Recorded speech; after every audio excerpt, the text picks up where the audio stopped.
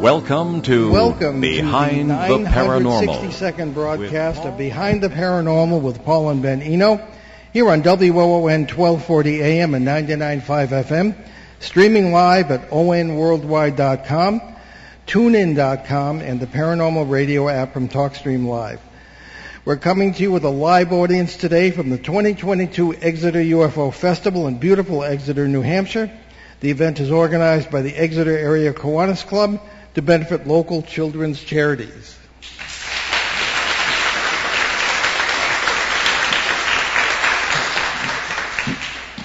Okay, Ben is with us, of course, but he's backstage managing our remote hookup with the WO1 studios in Rhode Island today. But it's question time for the impressive panel of speakers we have with us, and I'll pass the microphone so they can all introduce themselves as briefly as they can. Hi, my name is Mac Maloney. I'm the host of Mac Maloney's Military X-Files show. I'm Lois Lane, someone who appears sometimes on the Mac Maloney Military X-Files show. Commander Cobra, wingman to the Mac Maloney's Military X-Files. Valerie LaFaso. I am an author and empathic medium. Mike Stevens, founder of Granite Sky Services. Matt Moniz, Spooky South Coast Radio Show and Inner Space TV. Peter Robbins, investigative writer, author, and researcher. Kathleen Martin, author, UFO contact investigator, and on-camera commentator. Thank you. Jennifer Stein. I'm a documentary filmmaker, a speaker, and a MUFON States Section Director. And I'm Bob Terrio, independent video producer and UFO researcher for many years.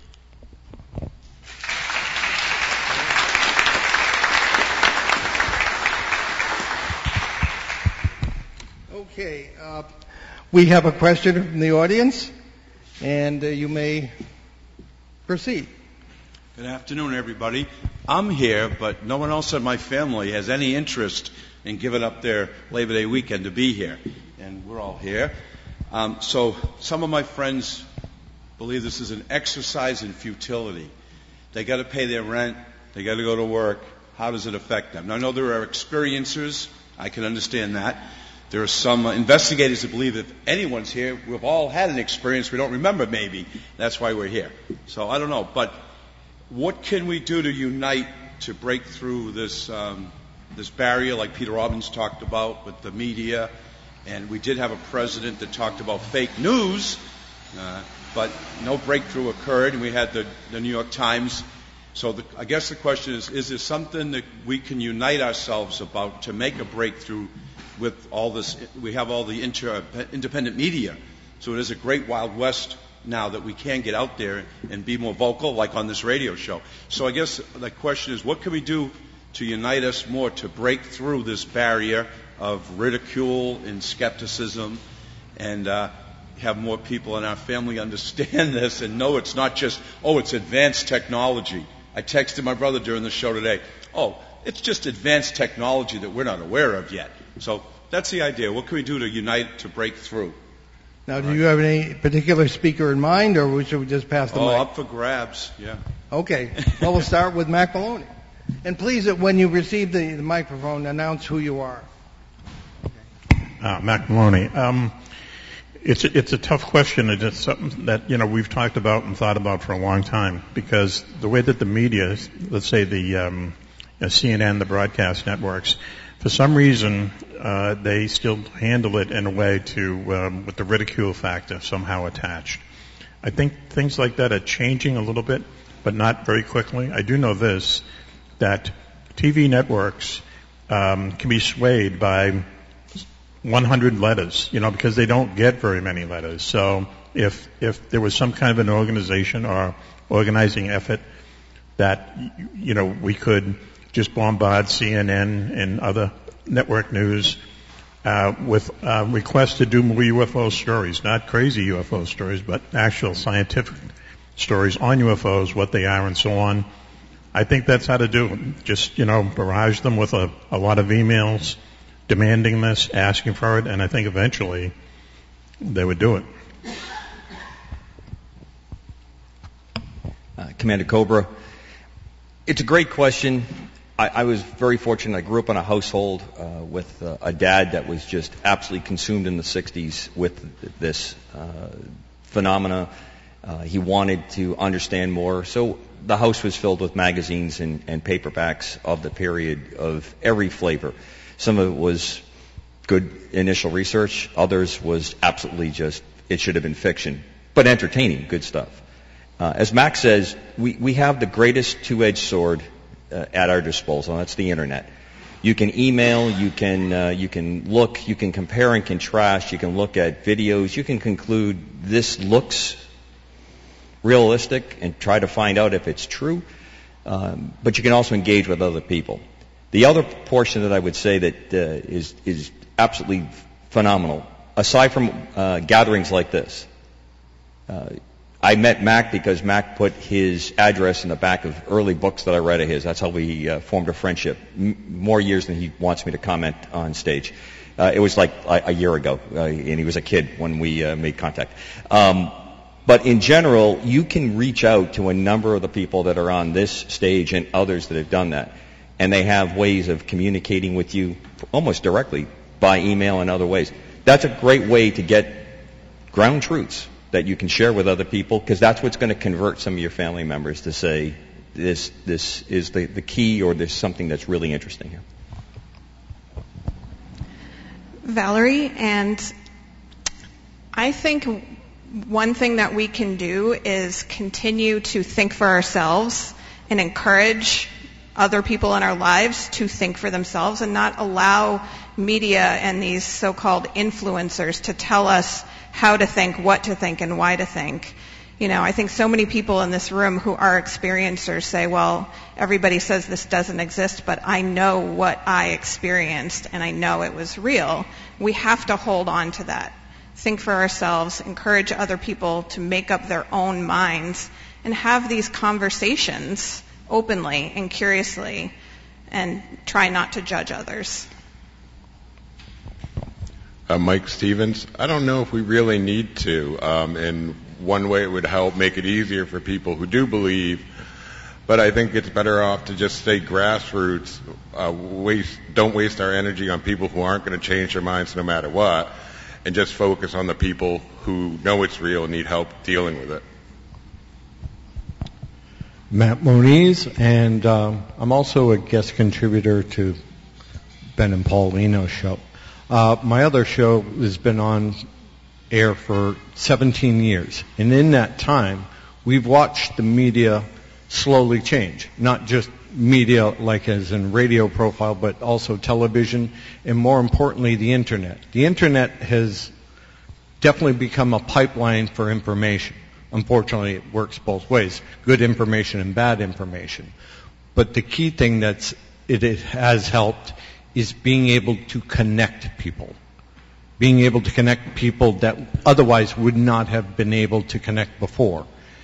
So you can talk to somebody else on the other side of the country or the other side of the planet if you wanted to, and you have a better flow of information. And the more you can flow information between each other, the faster you can get to an answer. Peter Robbins, great question and very insightful answers. I'll expand on what my friend Matt just said. First, when you're engaging with somebody, like our question is family, and a perfect question, remember to respect their view for starters. And to them, it makes perfect sense. And in fact, to a great degree, they may be correct. A very fair amount of what is seen in more modern times as UFO phenomena is us, not them.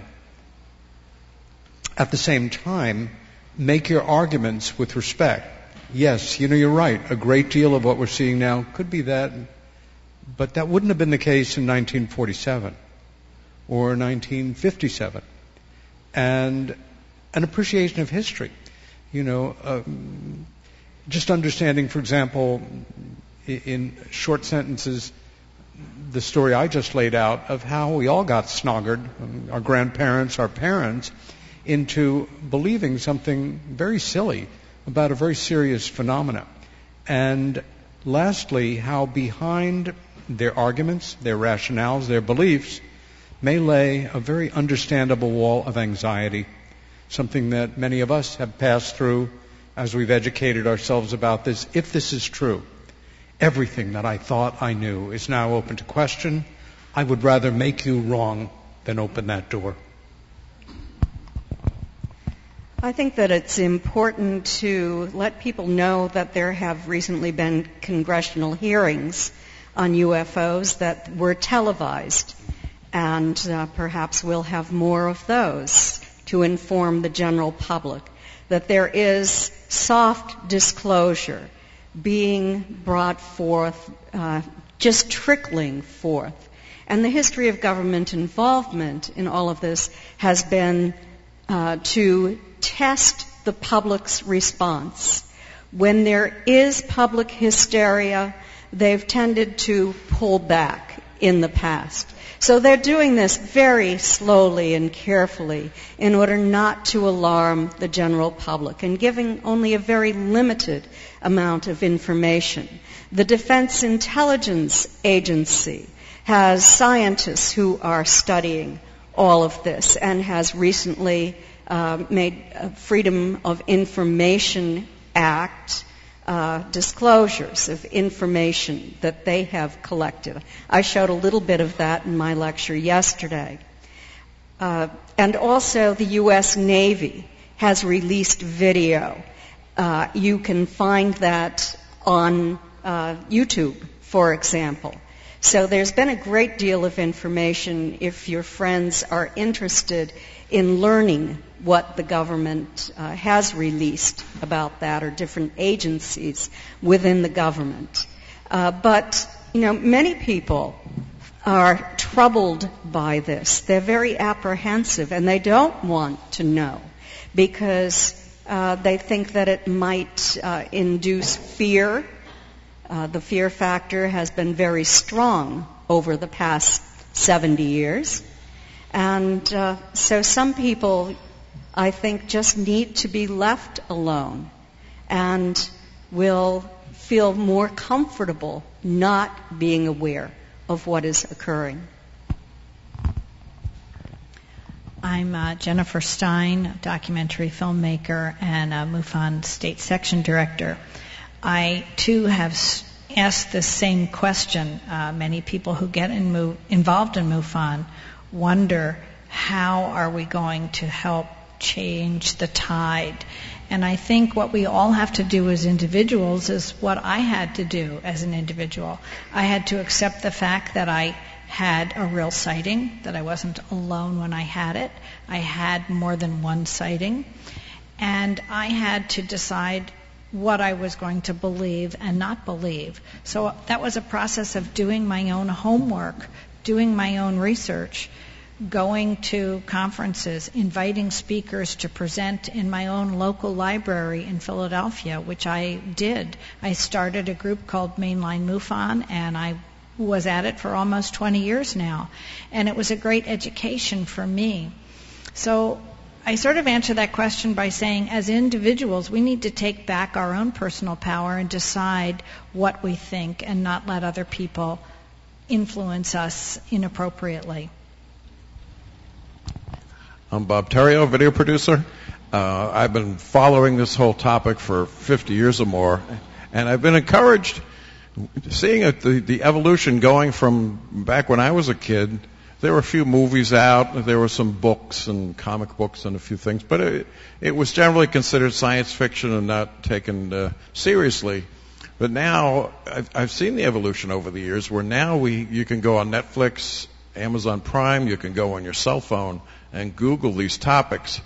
And there are literally thousands of, well-made documentaries and sites that the information is there. So it's really, it needs a change in consciousness. And I think it's slowly creeping into the standard media. The TV stations are not laughing as much about it as they used to. And it's been a slow evolutionary process. And everybody on this stage has been part of that process. We come to these conventions and we write books and we try to present what we've learned.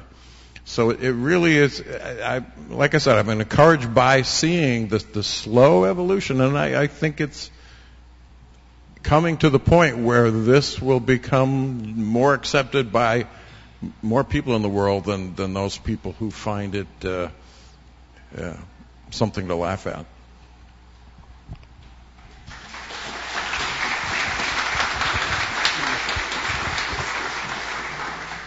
Thank you to all our speakers. And I should mention that we have 3 occasional guest co-hosts of our show here before we take the next question. Valerie LaFaso, Matt Moniz, and Kathy Mart. So our listeners have heard them before.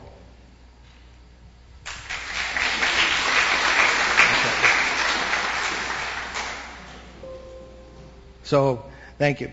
So we will take the next question. I believe you are Alex.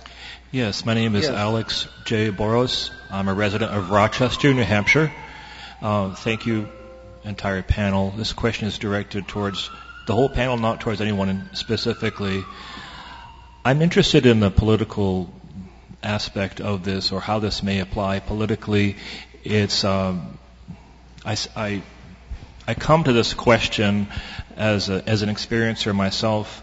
I've had a number of sightings, and one of them involved for lack of a better word, a psychic component where I psychically sensed the UAP or UFO before seeing it. I'm wondering, given the environmental aspect or environmental consciousness on the part of some of the ETs who if, for example, an abductee has visions given to them by ETs about, environmental concerns and trying to be a better steward of Mother Earth. I'm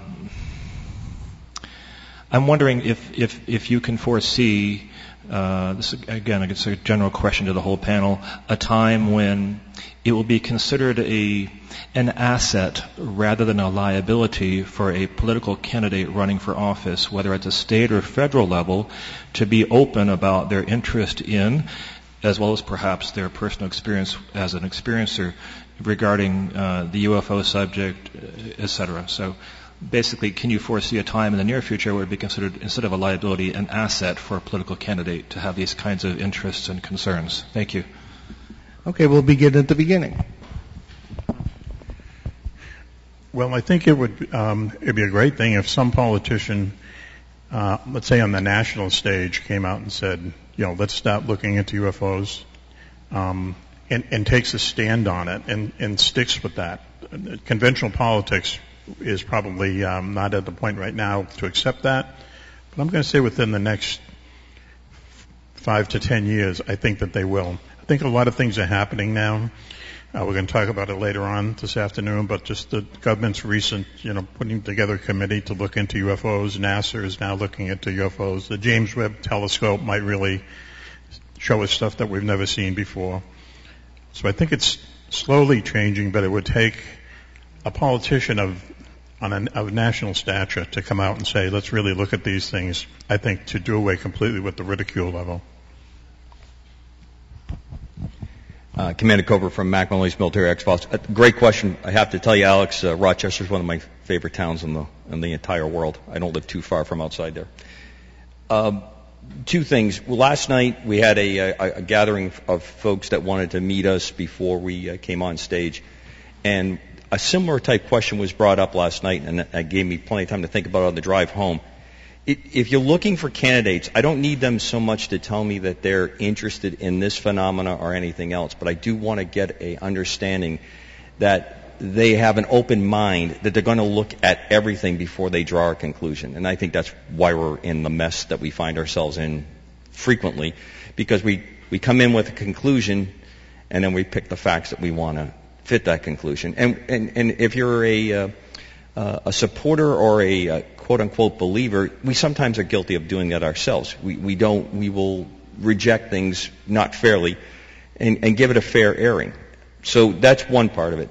The other part is, I like Mac, think probably I can't imagine we go much more than 5 years before the next piece of conclusive disclosure comes out to explain some of what people have experienced, talked about, researched. I can't imagine it holds much longer than that. I take a dimmer view that I see most of this is a control kind of thing, that people who are aware or have a good understanding of it enjoy the position and the authority, the power, the control that it allows, so they're reluctant to give that up. That's, I think, kind of one of the darker sides of our nature. So I think that's probably that's going to loosen its grip, but it has no choice. And it may be, again, a remark that was made last night, what kind of an alien would you like to meet? And Peter and I both agreed that I want the Michael Ramey Day the Earth Stood Still moment, because there's no question when something like that happens that anybody can explain it away. You have a very public, very well-documented experience. It goes out, it gets carried, and now we have to move on. You have to have that. It's going to be a leap and not a step. And I hope that maybe that's how we work our way out of it. Mike Stevens, I don't think it would matter. I mean, we'd all be happy, but it's their job. There's got to be a lot more qualifications. I'm not picking somebody because they believe in UFOs or don't. I wouldn't hire an electrician who believed in UFOs but did, very bad, poor work. And I don't see this as any different. It's one factor of their personal life, but I don't see that for this position it would really matter all that much. Matt Moniz, I try not to get into political things because you basically alienate half your audience if you pick one side or another. But I do think it is a topic that can be bipartisan, for sure. It's something that both parties, whether you be this side or that side, would agree is significant to the people. Now, if you're making decisions on, like what Mike said, this person believes in it and this one doesn't, well, you're not doing the rest of your community a service. You have to look at everything a particular politician is saying and make your judgments based on their entirety.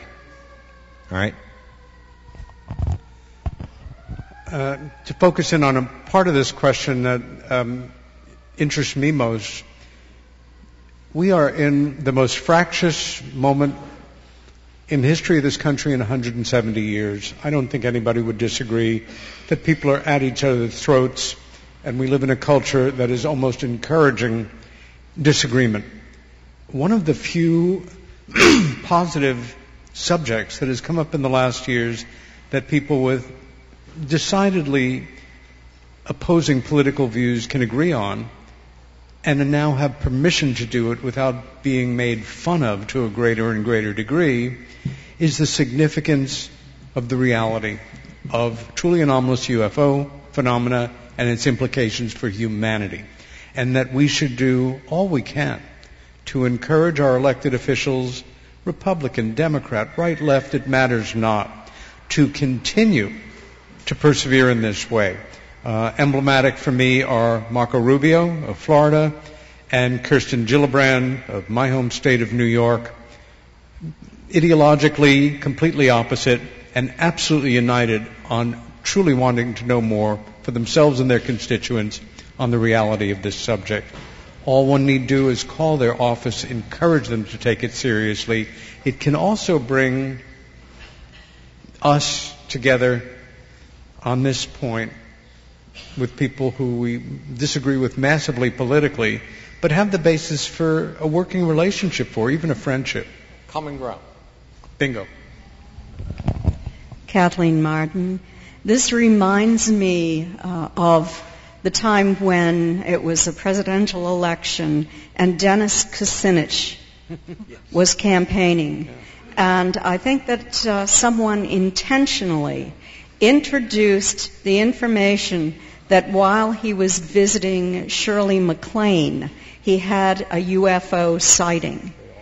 And the American public just started to roll their eyes, and he very rapidly lost support. And, it's really difficult to watch that kind of thing occurring regardless of what party you're in.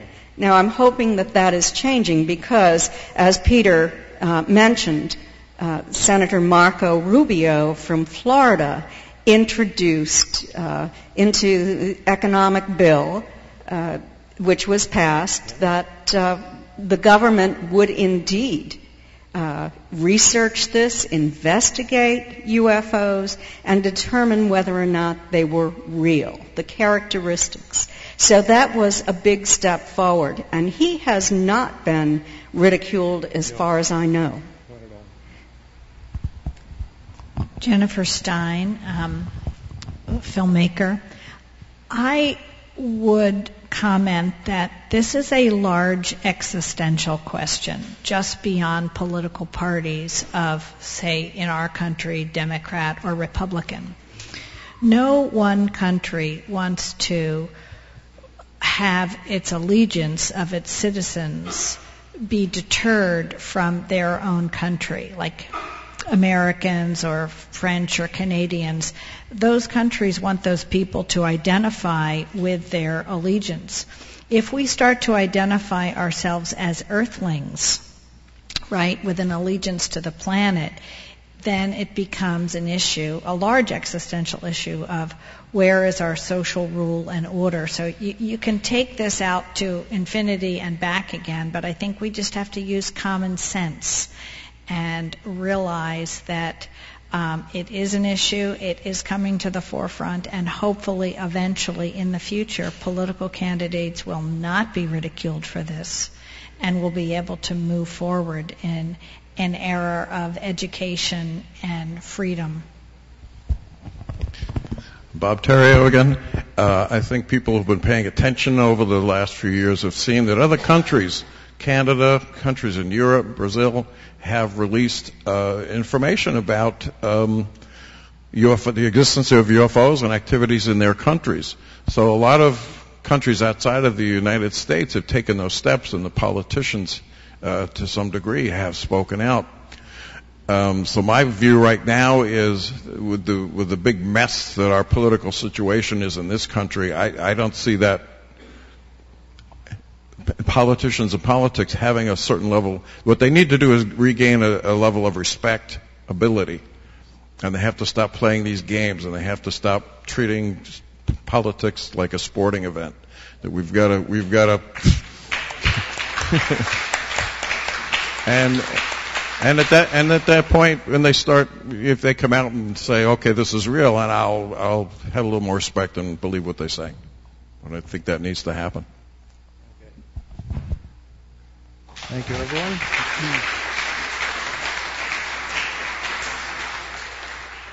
Now, I don't want to hold up our line of questioners here, but I have to mention a communication from a man who was a phenomenon in himself, Peter William Shelley of Bogota, Colombia, who sends in excellent questions every week, to the point where we became friends, and he is now a guest co-host of the show now and then.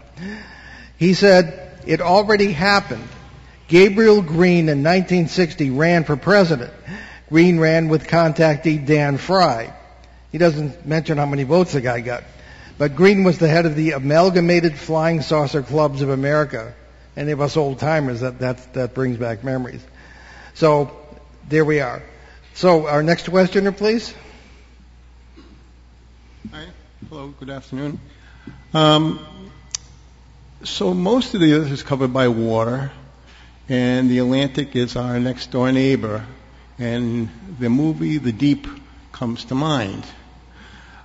So my question to you is, and I don't really hear a lot about it, but what kind of current research is being done on underwater UFOs? Because I really don't hear a lot about that. Okay, before I do that, I'm going to do just the ID here. You're listening to Behind the Paranormal with Paul and Ben Eno on WOON 1240 AM, 99.5 FM in New England's beautiful Blackstone Valley. Today we are not We are in the live mode here with a great live audience at the Exeter UFO Festival 2022, and we will continue with our discussion with the speakers. So to answer the gentleman's question, we'll start with Mac Maloney. So the question was UFOs underwater. There's a lot of instances, right? There's a lot of instances down, especially down in the Bahamas, especially down where the Navy has its own secret base in the middle of the Bermuda Triangle, ARTEC. Thank you, Chloe.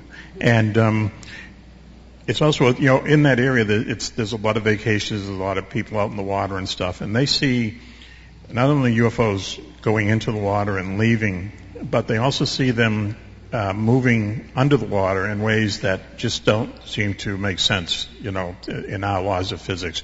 In other words, moving very, very fast as if there's no, there's nothing stopping them. It's like they're moving through air, not water.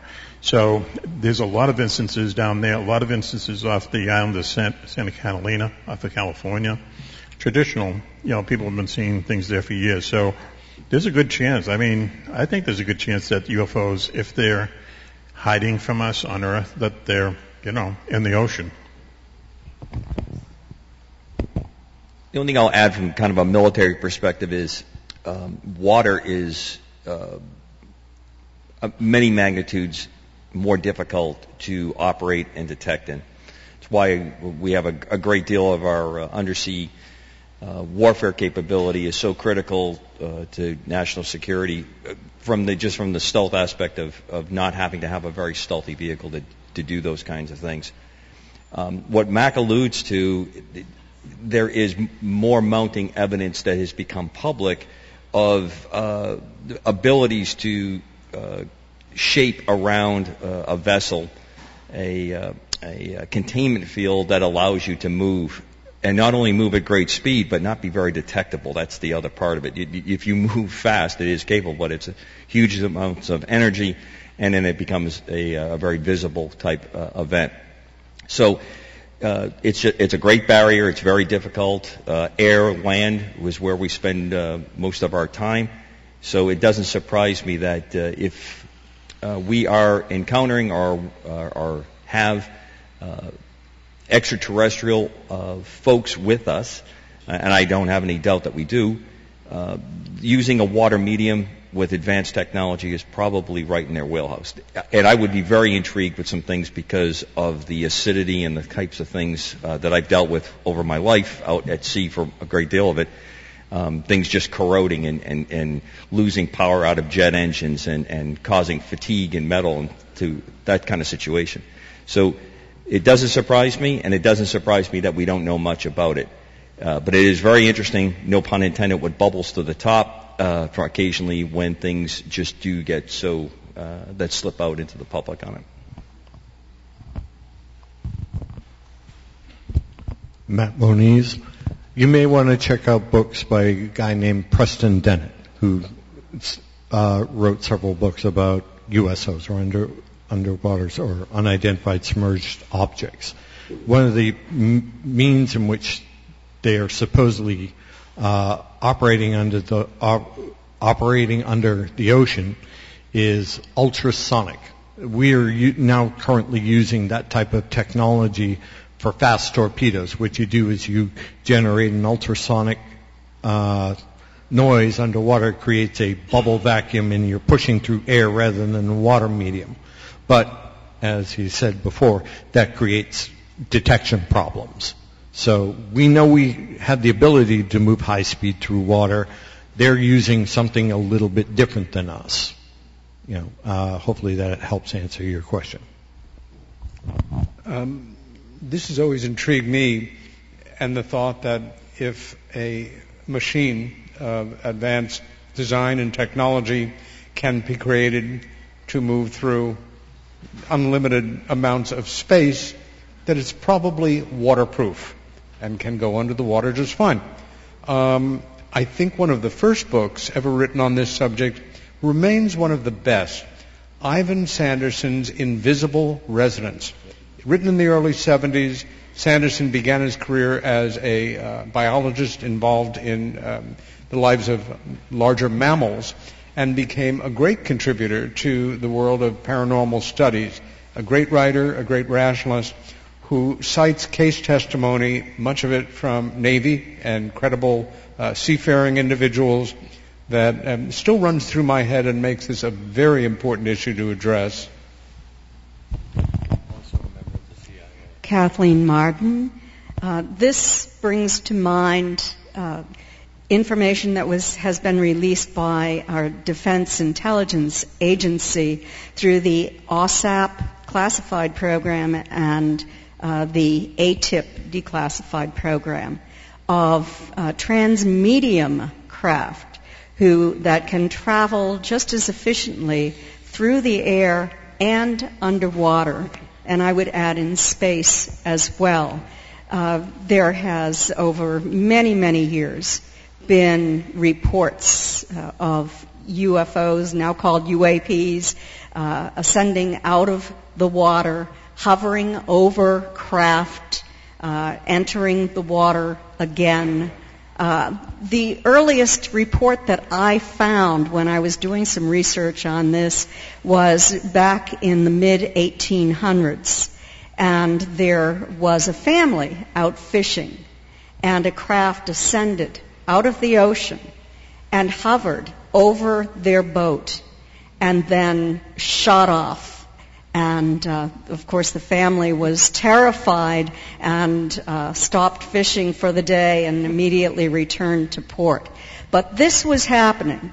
This kind of technology was being used here in the 1800s. We didn't have that technology.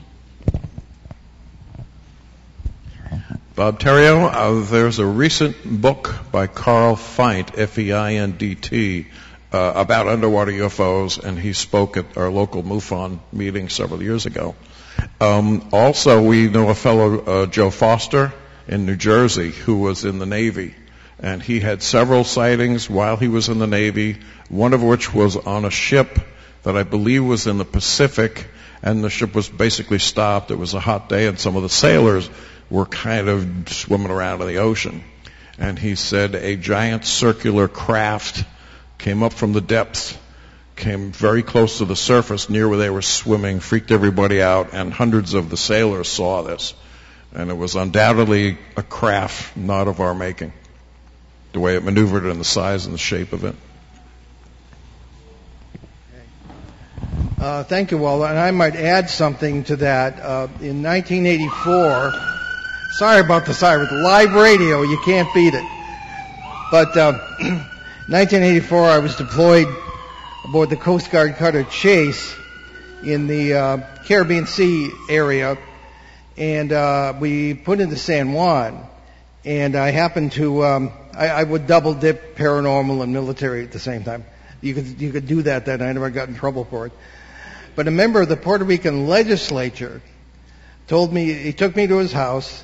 He told me that he had a cookout going on the previous year. And he and his whole family were sitting there. And a glowing object came up out of the water within a quarter mile of his house, took off into the sky. So I thought that was kind of interesting. And the commander mentioned AUTEC. I don't remember what the acronym stands for, but I was involved in an AUTEC exercise between our cutter, the Chase, and the USS Haler destroyer. Can you talk a little bit about AUTEC without getting us arrested? On Mac's show, we like to refer to AUTEC as the Navy's Area 51, and it's really what it does. And it also kind of lends to the discussion that we're having here. It's a very unique area in the Bahamas. It has the depth to allow for experimentation and measurement and then testing in the form like the exercises, what you're talking about, for undersea. And I've forgotten the complete acronym, but it's an undersea technical evaluation center, if I remember correctly. Very interesting place to go to. Unfortunately, all the times there, I've never got to see anything really interesting that I can't talk, that I wouldn't be able to talk about here. But give you that cute look, and everyone would say, "Oh, he get the wink." No, it's been rather dull for me when I've been through there, and usually it was just a stop with the helicopter to get to a ship like Paul's to do work off of, or coming back out of that area. But it does fall into other categories of these undersea research and testing areas. And wherever they're at, there seems to be activity that always follows. Off the west coast in the Pacific, we have that same kind of area that's been talked about for years. But we also have a very interesting research facility from World War II in Idaho, in a lake. And the reason that it's in a lake in Idaho is because they were worried about the technology being attacked during the war. So they said, we're going to go to this very deep lake in Idaho, and it's some of the most advanced nuclear research for undersea warfare and technology is still worked on there because of that part of the world, which is just up the road from Dugway, which is one of the Max and I's favorite places to talk about because of all the interesting activity and research that goes on there as well. So none of this happens by accident, in my opinion, and AUTech is just one of those places that the Air Force has a lot of really nice, shiny, attention-getting kind of stuff. You get to the Coast Guard and the Navy, and I see a Navy vet in the audience. He knows exactly where I'm going with this. You're scraping rust and you're putting paint on stuff and you're trying to keep it going, and your base is out at sea. It's not at a nice place like here in New Hampshire with a golf course. You're out to sea, and then you go to port calls and get in trouble. So you can have a lot of really interesting things going on, and you just don't have people are going to see very much of it.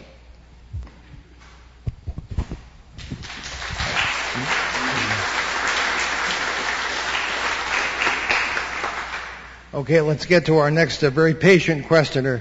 Go ahead, sir. Hi, my name's Phil Mygett. I'm an ex-Air Force pilot that was trained in reconnaissance of flying objects and things on the ground. In the early 1980s, I was driving home near Goshen, New Hampshire, and I saw something that was definitely not an airplane. It was, and I was on a dirt road, and my mind, of course, went back to Barney Hill and Betty, and I thought, oh no. But to make a long story short, I got home and I was actually able to talk to the Pease Air Force Base control tower on the telephone, which was pretty amazing. And I reported what I saw, and they said, thank you very much for calling. Yes, we have been tracking that. And I said, what is it? And they said, we don't know. And they hung up. So my question is, has anybody in the panel talked to anybody or themselves in a real-time situation where a government, either military or FAA, has admitted that they're tracking things that are unknown objects? Who'd like to tackle that one? Mac? Okay. Mac Maloney, there's a number of instances, just throughout UFO history where they've seen things on radar and they don't know what they are. Civilian air traffic controllers, for sure. I don't think anyone in the military is ever going to admit that they were tracking something that they didn't know what it was, especially over this country. I think it'd be just a hard get. I'd love to get together with you at the end of this to compare notes and find out what you flew. I've had a couple of instances myself. Everything that I saw in one particular case was actually reclaimed Soviet technology that we were operating in the United States, and it was a very classified program at the time. It was designed to give our pilots the opportunity to fly against actual Soviet equipment, so that they knew what they were going to encounter if they entered combat with it. So that the Red Eagles was the name of the squadron that actually did that work. And you can imagine the levels of security that were on that because of how those aircraft got here, the fact that we were operating, and the advantage that was creating. It doesn't surprise me occasionally when you do make the phone call and you get to someone and they give you a very honest answer. That's probably the nightmare of every security person that's out there. That's why you usually have scripts of what you're supposed to answer and you're not supposed to get to the call. And I know if you got me at 3 o'clock in the morning when I was standing watch someplace, you're going to probably get a pretty honest answer as well as I'm hanging up the phone. So it doesn't surprise me that occurred. The only thing that I've encountered since the military, and I've been off active duty almost as long as I was in, I have had a couple events. And now with technology, you are able to find out that something was there, and you have ability to track down a little bit more information about it, I think that might be one of the things that's going to kind of crack things open, where you now have everyone from the lowest enlisted member to the highest of the officer grades. Almost everyone has a cell phone, and as Mac likes to say, with the technology and the capabilities to make world-class documentaries in your hand and put them on the internet almost as quickly as you finish up the project. That may be something that puts all that together. A screenshot or someone taking their phone and showing something that's going on that just completely defies anything else that's going on. So if we get a chance, let's connect up.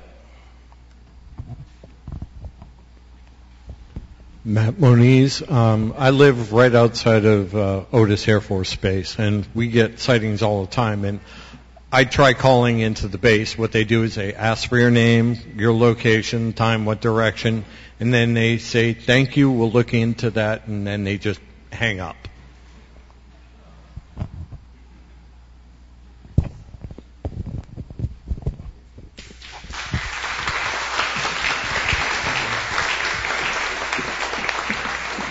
Okay, lively discussion. Okay, we have a guest, or I should say a visitor, you should be up here. What do you? I know, I missed it. Well, come on up. Yeah. Oh, all right. It's Lynn Nickerson, everybody. All right. I'll give you my question first. Actually, we were having a discussion last night, and we were talking about disclosure. So to elaborate on that, I'd like to make a comment and then get further comments from the panel. Can you hear me? You could just slow down a little bit. Further comments from the panel, I'm going to make a comment about disclosure and its difficulty. Last night, this discussion indicated that disclosure was very lineal, but it's not. It's not a simple thing. There are many no problem. races. Everything's fine. Yeah, some opposition. There are many races that are interacting with us. It's not just a couple. There are some benevolent, there are some that are neutral, and there are some more menacing. So my comment is, you can't develop a blanket solution for dealing with all of this interference. So, a way to circumvent it, I don't know, but I'd like to have a comment from other people as to maybe approach how to tell the American people, or how to tell the world that these things are out there, that they're coming here for our resources. As Peter said, they're coming here with impunity. They're slipping in, they're slipping out. And that they're using us. That's some of them, but some of them are neutral, or some of them are beneficial, as in the Galactic Federation that we are in association with. So I guess my comment is people could elaborate on an approach to dealing with this disclosure that would be all-encompassing so that people can understand. Okay, any of the other panelists want to comment? Valerie? I just wanted to comment on that. So I've been doing my empath group for 8 years, monthly almost every month. I've met a lot of empaths, and if you've done any research on it, you go to 30 traits of an empath, and you're like, yes, we all have most of those traits. Yet we are all very different empaths, and that's just one little group of people that I've done a lot of work with. Everybody in this room is so different and reacts to things so differently, responds to things differently. I don't know that there is a blanket solution because we are all so different and different things will touch us in different ways. So I think that's going to be a really big challenge for us to try to find a way to universally get everybody to accept it. But if other people have ideas on how that could be done, I would love to hear it as well. Matt Moniz. I think the first thing for acceptance is you're going to have to admit that there's something happening. We're taking the first steps to that now. Best bet, put all the cards on the table. Whatever you've collected government-wise or what have you, put it out on the table for other people to look at. Because once you've got it all out on the table, then hopefully the better minds are able to look at it and then come up with a better solution. You can't make a decision with only half the pieces of information if you want to make the right decision.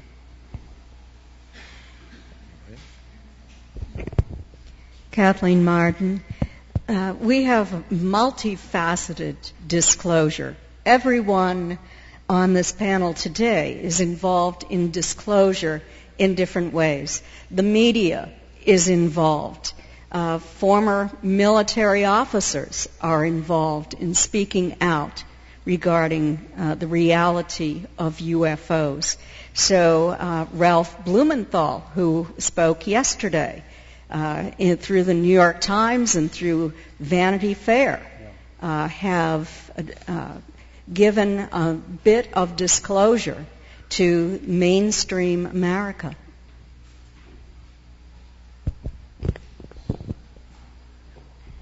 Okay.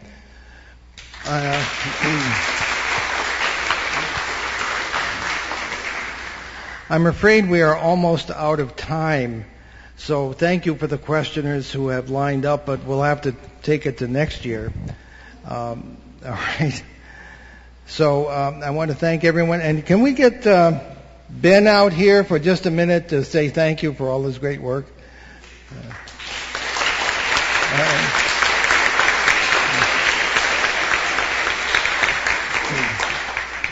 Okay, we usually have announcements at the end, but here's the recording of this show, which should be up within 48 hours at BehindTheParanormal.com and all the major podcast platforms worldwide. As I say, we're going to be posting a link to the TV production that has been made by Exeter TV, and we thank them for all their hard work.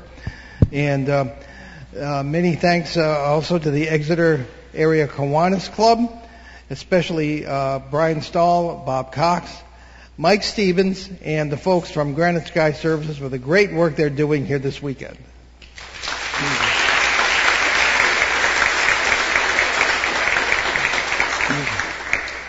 And you can visit our show website at BehindTheParanormal.com, where you can find out more about the show, our many cases over the years, our public appearances, and much more about our nearly 15 years on the air and our 4.5-year run on CBS Radio, along with special shows and podcasts. Just about everybody on the panel here has been on shows in the past, solo, and you can look back through the archives, almost 1,000, well, there are over about 1,100 shows now, including special shows, to find out if you're interested in their subjects and to listen to them. We also point out some charities. Of course, you're here supporting the children's charities in the Exeter area through the great efforts of the Kiwanis Club here. But we have a web page with several charities, too, including USACares.org, Canadian Veterans Advocacy, Helping Haiti's Orphans, Youth Mentoring Connection in Los Angeles, the Crohn's and Colitis Foundation of America, and the Sisterhood of Ground Zero. We know the people who run these charities, and we are very, very careful about what we support on the show. So for next week, we bring you an open line show to answer listener questions, nice and simple for Ben and me, on all sorts of paranormal subjects. And I've still got a few minutes. Okay, I'm going to start with one question that I sort of had. Where do we go from here? We'll have time maybe for one answer. Who wants to answer that? Peter, Kathy, Valerie? Where does the field go from here? A lot of things happening. You haven't answered any questions. So, okay, I'll give you Lynn Nickerson. You're on the phone. Thank you. I think people should start educating themselves. I think they have to start reading. Go in the direction of your intuition. What other aspect of the paranormal or the extraterrestrial area interests you? Go for it. And then you'll be exposed to different links, different authors. Find out the information. Then you'll be armed with information. And then you can approach it from there. I mean, knowledge is power. Anybody else? Okay. Back real quick. I agree with her. I'm going to take the words of Churchill. When you find yourself in hell, keep moving. You can't stop on this issue. You have to keep looking, you have to keep thinking, and you have to keep connecting with folks that are interested in it.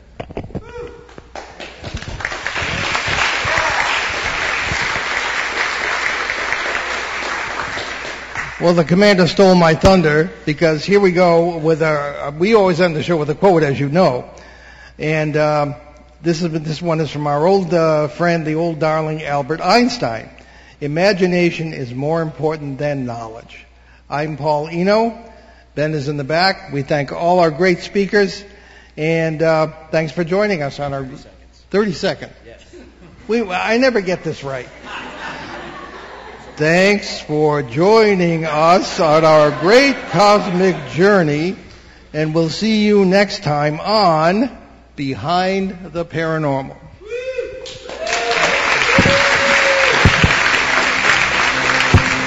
Return to this radio frequency 167 hours from now for another edition of Behind the Paranormal with Paul and Ben Eno.